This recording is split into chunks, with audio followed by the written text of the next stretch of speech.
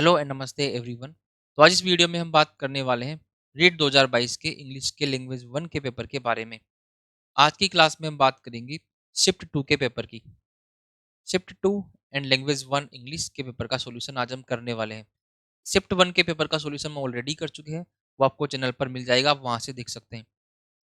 ये सॉल्यूशन जो रहेंगे आपके अपकमिंग एग्जाम के लिए बहुत यूजफुल रहने वाले हैं, तो इनको एक बार आप कंप्लीट जरूर से करें।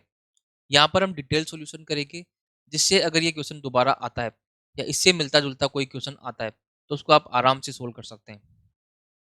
तो चलिए स्टार्ट करते हैं। Question number 31, words that are understood and constantly used form. ऐसे वर्ड्स जो हम समझते हैं और कॉन्स्टेंटली यूज करते हैं, वो किस तरीके की वोकेबलरी हमारी तैयार करते हैं। तो उनको, ऐसे वर्ड्स जिनको हम डेली यूज करते हैं या फिर फ्रिक्वेंटली यूज करते रहते हैं, उसको हम बोलते हैं एक्टिव वोकेबलरी, जो हमारे काम आती रहती है। तो आंसर होगा option B. Question number 32, doctor west comprehension test was. Doctor west का जो कॉम्प्रिहेंशन टेस्ट था वो कैसा था? तो डॉक्टर वेस्ट के अगर मेथड की बात करें, जिसको हम न्यू मेथड भी बोलते हैं, उसके अंदर रीडिंग पर फोकस था कि पहले रीडिंग करें उसके बाद में राइटिंग पर जाएं। तो लिंग्विस्टिक ना होके वो था नॉन लिंग्विस्टिक। लिंग्विस्टिक में होती है इसी लैंग्वेज की स्टडी। यहाँ पर लैंग्वेज की स्टडी ना होकर के क्या था, इंग्लिश को एज ए सेकेंड लैंग्वेज हम कैसे पढ़ा सकते हैं। तो इंग्लिश की टीचिंग के बारे में था, नॉन लिंग्विस्टिक था कि सेकेंड लैंग्वेज जो इंग्लिश होता है उसको हम किस तरीके से डील कर सकते हैं। Question number 33, variables can be interchanged in. Variables किस मेथड में इंटरचेंज किए जा सकते हैं? तो वेरिएबल की अगर हम बात करें तो वेरिएबल मतलब दो चीजों को हम आपस में इंटरचेंज करेंगे, वो हो सकता है कंपाउंड सब्स्टिट्यूशन में। कंपाउंड में क्या होगा, इधर का वेरिएबल इधर और इधर का इधर, ऐसे हम कर सकते हैं। तो कंपाउंड सब्स्टिट्यूशन इसका आंसर होगा। इन सभी की डिटेल में बात हम जरूर करेंगे। आप कमेंट बॉक्स में बता सकते हैं अगर आप डिटेल वीडियो चाहते हैं सभी टॉपिक्स के बारे में। Question number 34, new words at early stages should refer to objects and actions which can be shown and demonstrated in the classroom is a precaution of। एक ऐसा मेथड जिसके अंदर क्या होता है, न्यू वर्ड्स जो होते हैं क्लास में इंट्रोड्यूस करने के लिए उनको ऑब्जेक्ट्स और एक्शंस के द्वारा रिप्रेजेंट किया जाए। ये किस मेथड में होता है, ये किस अप्रोच में होता है? तो जो भी हमें चीज़ पढ़ानी होती है उसको या तो सिचुएशन क्रिएट करके हम समझाएं या फिर कोई मॉडल्स के साथ समझाएं। ऐसा होता है हमारा सिचुएशनल अप्रोच में, ऑप्शन बी। जहाँ पर या तो हम ऑब्जेक्ट्स का यूज करेंगे या कोई एक्शन का यूज करेंगे क्लास में समझाने के लिए। Next question number 35, the exercise of listening skill is. इनमें से लिसनिंग स्किल की एक्सरसाइज कौन सी है? तो आप ऑप्शंस को देखकर ही बता सकते हैं। सुनने का काम कहाँ हो रहा है, स्पोर्ट्स कमेंट्री होना है, radio. Option A. Question number 37, which one of the following is a measure to improve bad handwriting. Bad handwriting को इम्प्रूव करने के लिए इनमें से किसका आप यूज कर सकते हैं? कौन सा ऑप्शन यहाँ पर इफेक्टिव लग रहा है? यूज ऑफ बॉल पेन्स, जरूरी नहीं है बॉल पेन्स का यूज करके हेड राइटिंग इंप्रूव करेंगे। रॉन्ग हैबिट्स, ये तो नेगेटिव है तो उसको हम ऐसा एलिमिनेट कर सकते हैं। राइटिंग केयरलेसली, नेगेटिव ऑप्शन है, एलिमिनेट करेंगे। तो यहाँ पर क्या चीज़ है जिसको हम करेक्ट कर सकते हैं? Proper posture. सही तरीके से बैठ के सही तरीके से लिखेंगे तो हमारी हैंड राइटिंग जरूर इंप्रूव होगी। Option C correct answer. अब हम देखेंगे question number 37, is not a technical characteristics of a textbook. इनमें से कौन सा टेक्स्ट बुक का कैरेक्टरिस्टिक या गुण नहीं है अच्छी टेक्स्ट बुक का? तो यहाँ पर हम देखते हैं, प्रॉपर स्पेसिंग एंड मार्जिन तो होने चाहिए, वहाँ पर प्रॉपर स्पेस हो, मार्जिन हो, तो ये तो एक कैरेक्टरिस्टिक होता है। Good quality of white paper, ये भी जरूरी है। Readable size of the letters, ये भी जरूरी है। लेंदी टेक्स्ट एक अच्छा कैरेक्टरिस्टिक नहीं होता। लेंदी मतलब बहुत बड़े बड़े टेक्स्ट लिखे हो, उनको समझने में प्रॉब्लम होती है लर्नर्स को। Question number 38, blackboard is the aids of for teaching. Blackboard जो होता है टीचिंग का कैसा एड होता है? तो ब्लैक बोर्ड में कुछ भी टेक्निकल नहीं होता। ब्लैक बोर्ड जो होता है मॉडर्न तो बिल्कुल भी नहीं होता। अब हम बात करते हैं चीपेस्ट और फिजिकल के बारे में। फिजिकल एड्स जनरली हम उनको बोलते हैं जिनको हम देख करके या फिर फील करके समझते हैं। तो वैसे देखा जाए तो ब्लैक बोर्ड फिजिकल और चीपेस्ट दोनों हो सकता है, लेकिन फिजिकल में हम किसी मॉडल को ज़्यादा कंसिडर करेंगे, तो ब्लैक बोर्ड एक सस्ता टीचिंग का एड हो सकता है। तो ऑप्शन बी ज़्यादा करेक्ट है। और आंसर की में भी ऑप्शन बी को ही करेक्ट माना गया। तो ऑप्शन बी के साथ हम जाएंगे। Question number 39, audio visual aids save. Audio visual aids क्या सेव करते हैं? जैसे कोई वीडियो देखकर हम कुछ समझते हैं तो हमारा क्या सेव करते हैं? अगर हम देखें मनी, इफर्ट, इंटरेस्ट, इन सभी को हटाकर हम देखें तो वर्बल इनपुट को सेव करते हैं। जैसे कोई अगर हम क्लास में यूज करेंगे ऑडियो विजुअल एड्स का, तो उससे क्या होगा, टीचर को बोलना कम पड़ेगा, समझाना कम पड़ेगा, ऑटोमेटिकली चीज़ें चलेगी। तो वर्बल इनपुट को सेव करते हैं। Question number 40, students improve there critical thinking in. Student की क्रिटिकल थिंकिंग किस में इंप्रूव होती है? जहाँ पर वो लॉजिक करना सीखते हैं या फिर बातें करते हैं आपस में, उस चीज़ों को समझना सीखते हैं। तो अगर हम देखें पीयर असेसमेंट में ऐसा होता है, जहाँ पर लर्नर्स एक दूसरे को फीडबैक देते हैं और एक दूसरे की कमियां और अच्छाइयाँ समझते हैं। ऑप्शन ए होगा right answer. Question number 41, CC is carried out in a classroom. CC जो होता है क्लास में किस तरीके से एग्जीक्यूट किया जाता है? तो सीसी क्या होता है, स्ट्रिक्टली तो नहीं होता और टाइमली भी नहीं होता। सीसी एक क्या होता है, इवोल्यूशन का एक टाइप होता है, जहाँ पर कंटिन्यूस और कॉम्प्रिहेंसिव इवोल्यूशन होता है। मतलब क्लास के साथ साथ भी इवोल्यूशन होगा और क्लास के बाद भी होगा। तो फॉर्मली ना होके इनफॉर्मली होता है सीसी, क्योंकि फॉर्मल तरीके से कुछ चीज़ें छूट जाती है जिनको हम एग्जीक्यूट नहीं कर सकते। सीसी में इनफॉर्मल तरीके से असेसमेंट होता है। जरूरी नहीं है कि किसी फिक्स टाइम पर ही होगा, वो हमेशा चलता रहता है CC. Next question number 42, CC is not successful in. CC कहाँ पर सक्सेसफुल नहीं है? सीसी लो या फिर कोई सा भी अगर इवोल्यूशन का टाइप अगर हम लेंगे, तो क्राउडेड क्लासरूम में सक्सेस नहीं होता। क्राउडेड में बच्चे समझ नहीं पाएंगे चीज़ों को, हम एक एक पर ध्यान नहीं दे पाएंगे।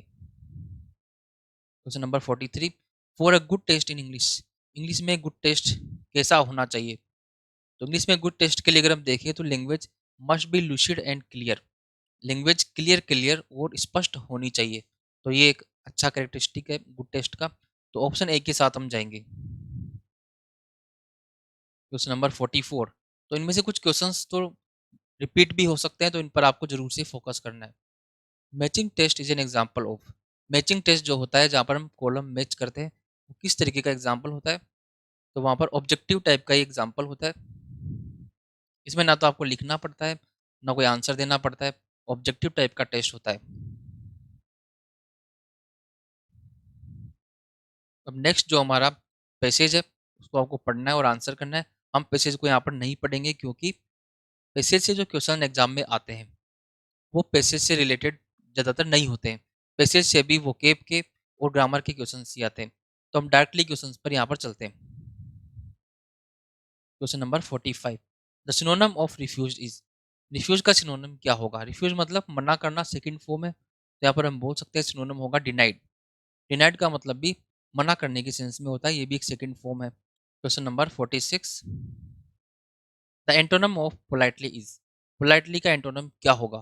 पोलाइटली मतलब विनम्रता के साथ, ये एक एडवर्ब है यहाँ पर। तो पोलाइटली का एंटोनम होगा रेशली, मतलब कठोरता के साथ।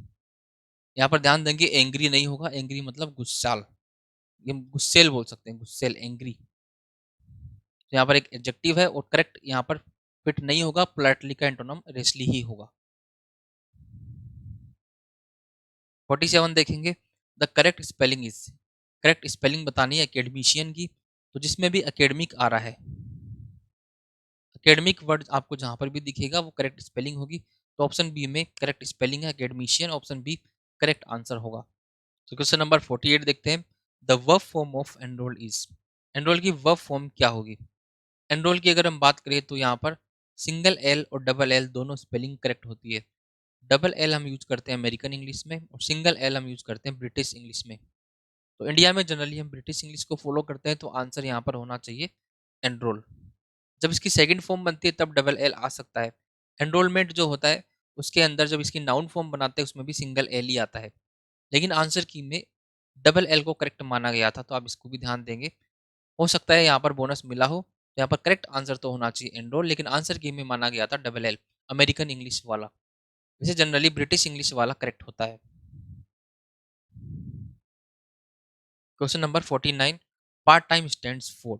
पार्ट टाइम का मतलब क्या होता है? Working less than standard hours. जब हम स्टैंडर्ड कुछ आवर्स से कम काम करते हैं उसको बोलते हैं पार्ट टाइम जॉब।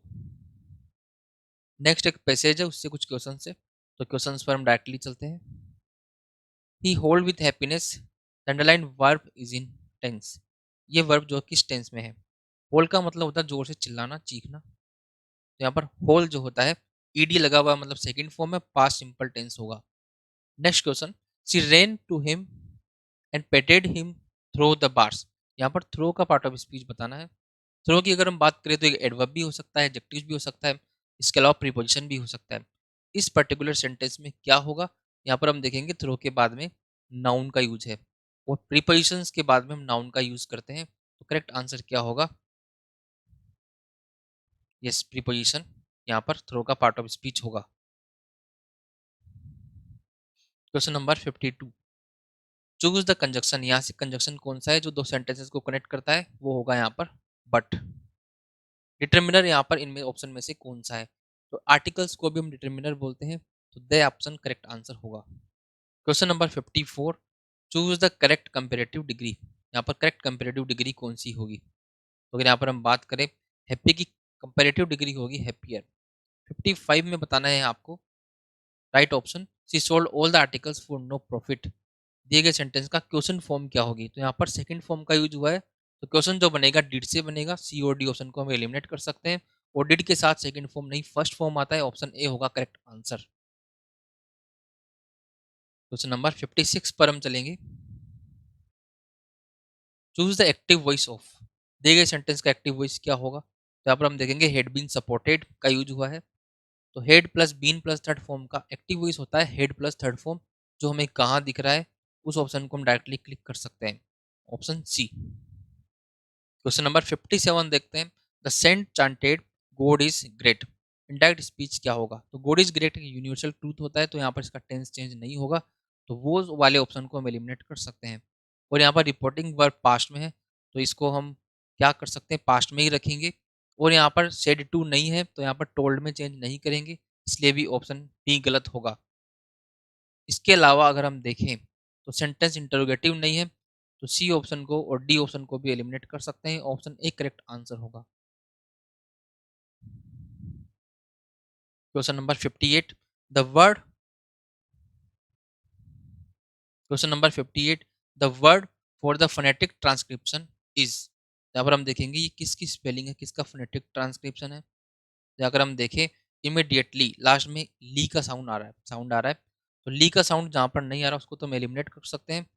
अब यहाँ पर हम देखें इमिडिएटली की जो करेक्ट स्पेलिंग होगी ऑप्शन ए ना होके ऑप्शन बी होती है इमिडिएटली। तो फोनेटिक ट्रांसक्रिप्शन के इजी क्वेश्चन यहाँ पर पूछे गए। Question number 59, the number of vowel sound is. Vowel sounds कितने होते हैं? तो टोटल 44 साउंड्स होते हैं, जिसमें 20 वाउल साउंड्स और 24 कॉन्सोनेंट साउंड्स होते हैं, तो आंसर होगा ऑप्शन सी। क्वेश्चन नंबर 60 देखते हैं।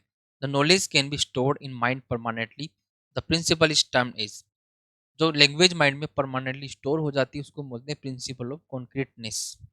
मतलब जो चीज़ हमारे पास आ गई, उसका साक्षात रूप हमारे पास आ गया, उसको हमने सेव कर लिया, उसको बोलेंगे कॉन्क्रीटनेस। ऑप्शन सी होगा राइट आंसर। तो आज इस पेपर में हमने सभी क्वेश्चंस डिस्कस किए हैं। आने वाले जो वीडियोस होंगे उसमें आपको अदर शिफ्ट के पेपर्स भी मिलेंगे, लैंग्वेज 1B और लैंग्वेज 2B। तो अगर आपको वीडियो यूजफुल लगा हो तो कमेंट बॉक्स में अपना फीडबैक जरूर दें। Thank you.